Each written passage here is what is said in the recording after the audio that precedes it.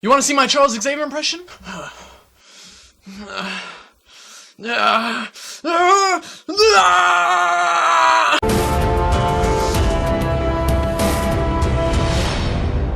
So the highly anticipated final installment to really the first-class trilogy, X-Men Apocalypse, finally arrives. And it takes us all the way back to ancient times where we're introduced to the first ever mutant, Apocalypse. And since he believes that our world needs to be cleansed, the X-Men have to try and stop him. Now it's safe to say that I was pretty excited about this movie. I love X-Men First Class, and Days of Future Past is easily one of my favorite superhero movies. So this new installment had some big shoes to fill. But the question is, how was it? I think the best way to put it is that X-Men Apocalypse was good.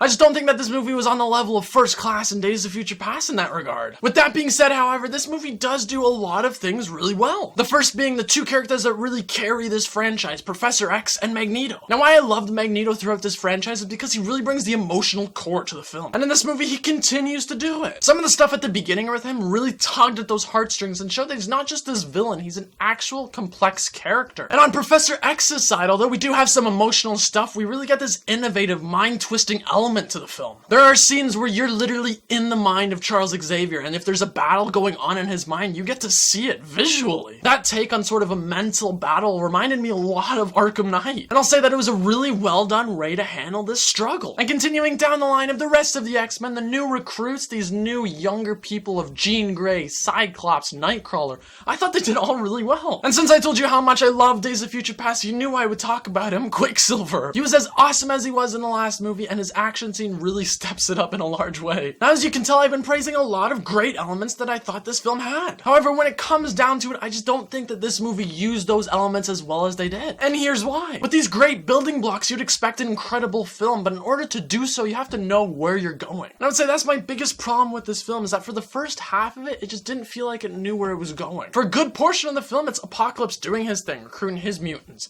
The X-Men doing their thing, recruiting their mutants. And it was at that point where I realized, although these characters have a bunch of layers, the story has none. If you really break this story down to the bare bones, all it is Apocalypse is bad and the X-Men gotta stop it. That's it. And you see what I'm saying? Days of Future Past was such a layered time travel kind of movie. And to go from that kind of complexity all the way down to a destruction movie where they gotta stop the bad guy, it's a big step down. And speaking of all this destruction, although it did have a few good scenes, at a certain point, it's just like, what's the point? What I mean by that is that sometimes it just felt like it was destruction for the sake of destruction. That's where it really ties back into the story, because if it was story-related destruction, then I'd be more invested. But if it's just things blowing up because Apocalypse is badass and he's just blah, blah, blah, you don't feel it as much. Overall, I know X-Men Apocalypse had a really tough task to updo First Class and updo Days of Future Past. But for it to take a really big step back and really just play it safe is kind of disappointing. Don't get me wrong, I liked the film, I enjoyed it, I had fun with it, but I expected more than just kind of a popcorn flick. So all of that means X-Men Apocalypse deserves a solid 3.5 up. So have you guys seen X-Men Apocalypse? If you have, where does it stand in your First Class trilogy, or how does your First Class trilogy really rank? You gotta let me know this, and you gotta let me know your thoughts in the comments down below.